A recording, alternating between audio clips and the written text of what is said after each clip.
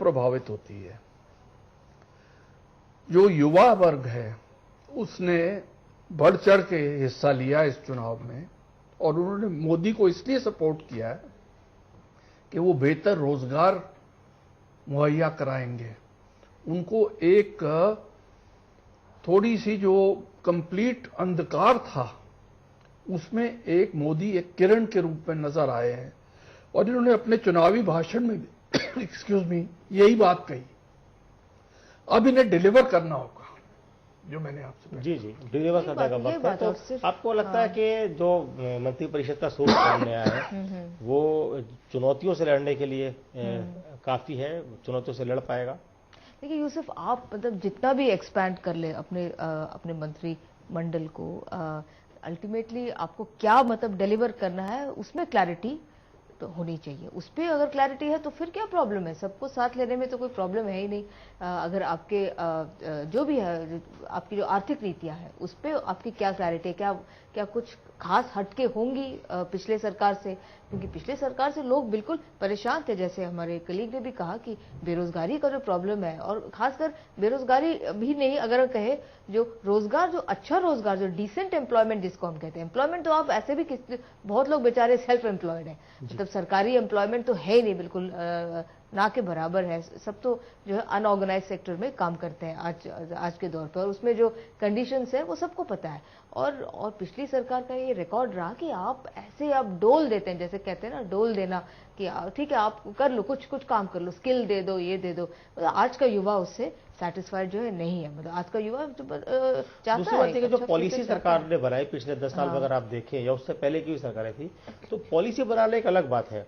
ठीक है, प्रधानमंत्री रोजगार योजना बन गई या इस तरह से बहुत सारी बन जाती है, लेकिन उस प्रधानमंत्री रोजगार योजना के नाम पर जो आपको बैंक से लोन मिलना है वो तरीका इतना पेचीदा है कि आधे से ज्यादा लोग उसे अवेल ही नहीं कर पाते हैं। तो ऐसी योजनाओं में फिर कहाँ गुंजाइश रह जाती है कि नौजवान आके इंटरप्रेन्योरशिप की तरफ बढ़ेंगे। तो जरूरत इस चीज की मुझे लगता है कि उसको थोड़ा इजी किया जाए, उसके जो नॉर्म्स है, जो सख्त नॉर्म्स है, उनको थोड़ा सा लचीला बनाया जाए, और युवाओं को सेल्फ एम्प्लॉयमेंट की तरफ, जैसे अभी बात चल रही थी चाइना की, आपने बात की थी, जो देश में एक आम परसेप्शन है कि चाइना की आबादी हमसे बहुत कहीं ज्यादा है, लेकिन वहां पर रोजगार की समस्या, बेरोजगारी की समस्या नहीं है, क्योंकि चाइना ने अपनी आबादी को बोझ नहीं समझा बल्कि उन्हें ह्यूमन रिसोर्स समझ के उसे डेवलप किया है। मुझे लगता है कि उस पॉलिसी को हमें कहीं की भी हो उसे अपनाना चाहिए। हमारी आबादी जो है, ठीक है, हम कंट्रोल करने की कोशिश करें, लेकिन जो है उसे तो कम से कम हम बोझ समझने के बजाय उसे हम ह्यूमन रिसोर्स के रूप में डेवलप करें। बिल्कुल आपकी बात सही है, क्योंकि आज तो मतलब यूरोप वगैरह में तो क्राइसिस है, मतलब उनको काम करने वाले लोग नहीं मिल रहे, मतलब ह्यूमन रिसोर्स की बहुत शॉर्टेज है। तो इसीलिए इंडिया वगैरह से लोग चाहते हैं कि एटलीस्ट ये एक बहुत बड़ा पॉपुलेशन जो है, जो वर्किंग पॉपुलेशन है, उसको एक एसेट की तरह मानना चाहिए। पर हमारे देश में तो हमेशा पॉपुलेशन को लेकर एक हवा बनाया जाता है, और वो भी बिल्कुल बेसलेस हुआ है। तो राजलक्ष्मी जी अभी हमारे साथ कुमार राकेश दोबारा से फोन लाइन पर जुड़ गए। राकेश जी, अभी आपसे बात चल रही थी कि जो विदेशी मेहमान हमारे यहाँ आए, नवाज शरीफ आए, अहमद करजई आए और सुशील कोइराला आए, नेपाल के प्रधानमंत्री, तो उनको लेकर के क्या माहौल दिखा? क्या एक पॉजिटिव सोच नजर आई कि साहब इनके आने के बाद सार्क देशों को और मजबूती मिलेगी, या सार्क अपने आप में जो संगठन है वो और मजबूत होकर उभरेगा साउथ एशिया में? नहीं, एक अच्छा मैसेज गया है विश्व में, जो एक सार्क की बात की जा रही थी और जो सार्क का मामला है। मुझे लगता है कि जो राष्ट्राध्यक्ष आए, अफगानिस्तान, मालदीव, पाकिस्तान, नेपाल, सबसे पहले उनका स्वागत किया गया और पानी की, और उनके बाद में नरेंद्र मोदी से भी मिले और सबसे बातचीत हुई। तो मुझे लगता है अच्छा संदेश जाएगा विश्व में कि पहले इन्होंने, इनका जो एक नीति थी नरेंद्र मोदी की, जो इन्होंने एक वैदेशिक नीति की पहल की आते ही, कि एक सौहार्दपूर्ण वातावरण बने, एक माहौल बने, तो एक अच्छा मैसेज है, एक अच्छा संदेश है, जो कि एक पॉलिटिकल सस्ती की बात कहें और वैदेशिक नीति के तहत कहें। राकेश जी, क्या ये संभावना इस बात की है कि कल नरेंद्र मोदी जब ऑफिशियली प्रधानमंत्री पद की शपथ ले लेंगे, तो क्या नवाज शरीफ के साथ या अहमद करजई के साथ उनकी कोई आधिकारिक मुलाकात या बायलैटरल टॉक की कोई संभावना है? नहीं, देखिए, शपथ वो ले चुके हैं और अभी वो प्रधानमंत्री 6 से 10 मिनट के बाद देश के प्रधानमंत्री हैं। चेहरे के हिसाब से 15 हैं और टर्म के हिसाब से 16वें प्रधानमंत्री हैं। वो प्रधानमंत्री हो चुके हैं, पहली बात। दूसरी बात, जो इलेक्टोरल टॉक की बात है, वो दोनों की बातचीत होगी, उसमें से कुछ न कुछ निकलेगा और निकलने का है कि आशावादिता के तहत आशावान है, ये भी आशावान है, वो भी कुछ आशा लेके आए हैं। उन पर भी दबाव पड़ा है नवाज शरीफ पे। नवाज शरीफ ऐसे नहीं आए, वो भेजे गए एक तरह से, वो आंतरिक वैश्विक दबाव भी था, उसके बाद यहाँ आए हैं। तो जैसे भी आए हैं, एक अच्छी पहल है, एक अच्छी शुरुआत है नरेंद्र मोदी की, और मुझे लगता है कि इसमें से कुछ न कुछ अच्छा निकलेगा। कुछ ना कुछ अच्छा निकलेगा। हमारे साथ राजलक्ष्मी मौजूद है स्टूडियो में, आपसे कुछ पूछना चाहती है। जी राजलक्ष्मी।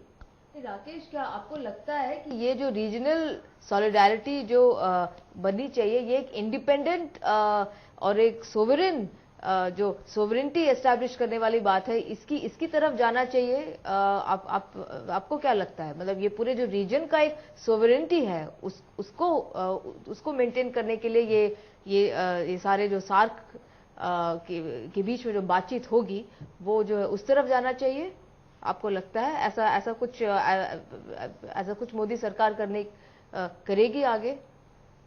आप बता रहे हैं कि रीजनलिज्म की बात है, रीजनल कॉर्पोरेशन की बात है, तो मुझे लगता है कि इनकी जो पॉलिसी रही है कि हम अपने घर को और पड़ोसी को मजबूत कर लें, उसके बाद फिर आगे की बात करें। इसलिए उन्होंने चाइना को नहीं बुलाया, रशिया को नहीं बुलाया, उसमें त्रिकोण की बात, त्रिशक्ति की बात कि रूस चाइना ब्रिक्स को नहीं बुलाया इन्होंने।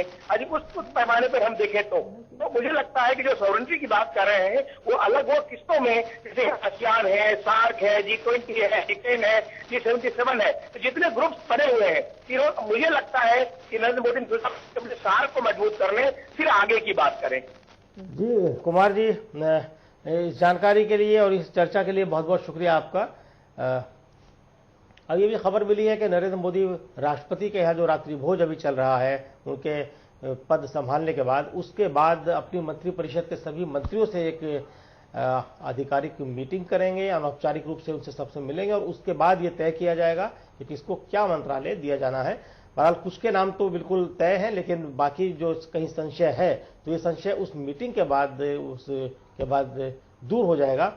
और आज देर रात तक राष्ट्रपति भवन से ऑफिशियल सूचना इस बात की आ जाएगी, आधिकारिक सूचना आ जाएगी कि किस मंत्री को कौन सा मंत्रालय दिया जा रहा है। ये जानकारी हमारे पास अभी मिली है। तो अनिल जी, जो अभी बात चल रही थी कि चुनौतियों की जो हम बात कर रहे थे कि किस तरह से निपटेंगे, अगर हम ये बात करें कि अभी नरेंद्र मोदी के सामने बतौर प्रधानमंत्री तीन कौन कौन सी चुनौतियां हैं जिनको उन्हें प्रायोरिटी पर लेना होगा या वो प्रायोरिटी पर लेंगे? देखिए, सबसे बड़ी चुनौती मेरे अनुसार इस कंट्री में डिसिप्लिन की है। डिसिप्लिन का मतलब ये है कि जिस काम के लिए पैसा दिया जाए उस काम पे खर्च हो, जिसके लिए दिया गया उस तक पहुंचे। योजना आप बना लीजिए जितनी मर्जी, उसके लिए पैसा भी आप मुहैया करा दीजिए, पर अगर उसको 10 पैसे ही मिलने हैं तो कोई भी स्कीम कामयाब नहीं हो सकती। तो भ्रष्टाचार इतना बढ़ चुका है, इस पर अंकुश लगाना मैं समझता हूं कि सबसे पहली प्रायोरिटी उनकी ये होनी चाहिए कि भाई इससे जनता को लाभ पहुंच सके जो ये देना चाहते हैं। ये भ्रष्टाचार पर अंकुश लगाने के तरीके क्या हो सकते हैं? क्या मेथोडोलॉजी अपनाई जा सकती है, या एक प्रधानमंत्री के बतौर प्रधानमंत्री कैसे उसे कम कर सकता है? देखिए, बेशक आज वो जेल नंबर 4 से आज की शपथ समारोह देख रहे हो अरविंद केजरीवाल, पर उन्होंने, उनके आने से एक भय तो पैदा हुआ था ना सरकारी कर्मचारियों में। तो डिसिप्लिन का मेरा मतलब है थोड़ा सा भय पैदा करना पड़ेगा, अकाउंटेबिलिटी पैदा करनी पड़ेगी। डिसिप्लिन के लिए भय पैदा, अकाउंटेबिलिटी पैदा करनी पड़ेगी। तो हर सिचुएशन में अच्छा होता है, बहुत अच्छी कंट्री बहुत इनडिसिप्लिन हो चुकी, बेशक मैं सहमत हूं। डिसिप्लिन तो है, डिसिप्लिन तो एक अच्छी क्वालिटी है जो सबको अपनी जिंदगी में लागू करना चाहिए, पर एक कंट्री के एक वैल्यू के हिसाब से डिसिप्लिन एनफोर्स करना, उस प्रकार से जो पॉलिसी के हिसाब से वो करना जो मुझे लगता है मुश्किल है। राजलक्ष्मी जी, आपने चाइना की बात करी, चाइना में तो भ्रष्टाचार पे गोली मार देते हैं और नहीं, चाइना ऐसा की नहीं एक है। बड़ी भारी इकोनॉमिक प्रोग्रेस की वजह यह है कि वहां पर वो बोल नहीं सकता। नहीं नहीं, ऐसा नहीं है, ऐसा वो नहीं है, बोल नहीं सकता बड़ा है। ऐसी कोई फिस्ट बात नहीं, है। जो अभी आपने Right बात नहीं, की ऐसी कि कोई जो बात जेल नहीं नंबर है। 4 से अब हमारे शपथ ग्रहण समारोह देख अब रहे हमारे यहाँ सब होंगे, लोग जब वो मुख्यमंत्री बने थे तो उन्होंने क्या कहा? उन्होंने कोई सिस्टम डेवलप नहीं किया। उन्होंने आम जनता से कहा, रेडियो एफएम के माध्यम से और जगह जगह सरकारी सूचना लगा करके, बोर्ड के माध्यम से, बस स्टैंड के ऊपर बड़े बड़े होर्डिंग लगा करके कि आप स्टिंग ऑपरेशन कर लीजिए जो आपसे रिश्वत मांग रहा है। उन्होंने कोई ऐसा मैकेनिज्म नहीं बनाया कि जो करप्शन में होगा उसे हम सस्पेंड करेंगे या करेंगे। स्टिंग ऑपरेशन तो देश की जनता वैसे भी कर सकती है अपने मोबाइल से।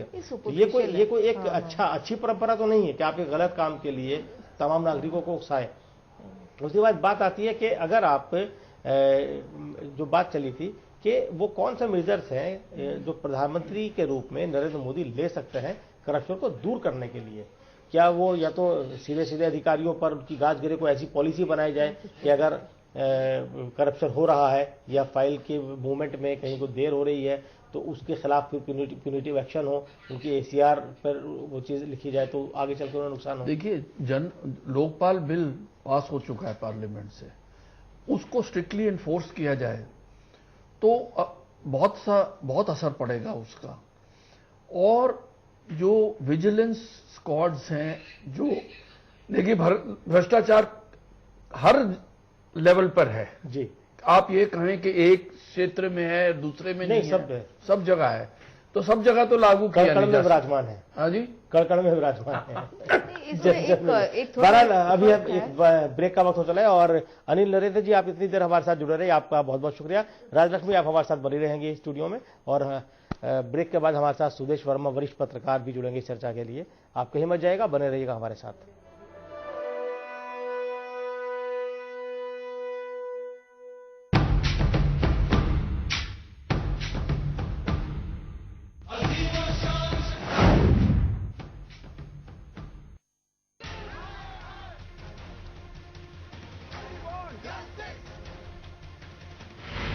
जब देश में हो बदलाव की बयार, जब कटघरे में हो सरकार,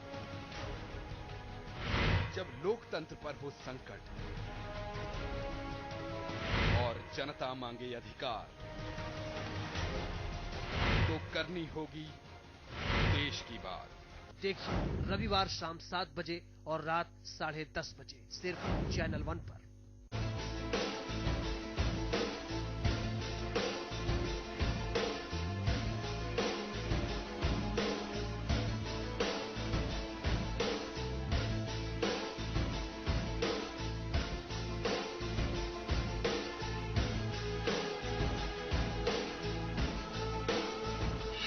देखिए खास बात ब्रजमोहन सिंह के साथ हर रविवार शाम 6 बजे सिर्फ चैनल 1 न्यूज पर।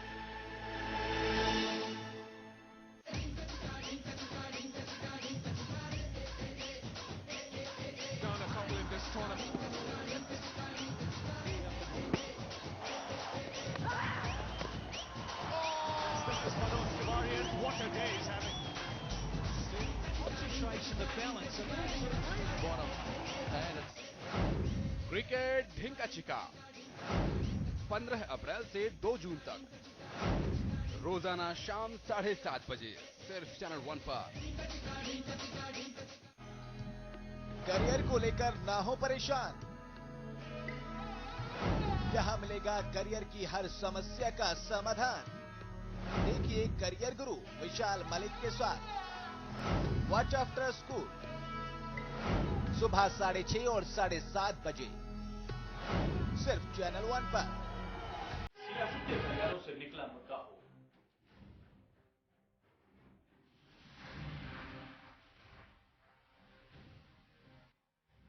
या फिर हो बाजार का उतार चढ़ाव, कानून व्यवस्था का सवाल हो, या फिर हो आम आदमी की आवाज, सरकार का रिपोर्ट कार्ड हो, या फिर हो विपक्षी पार्टियों के आरोप,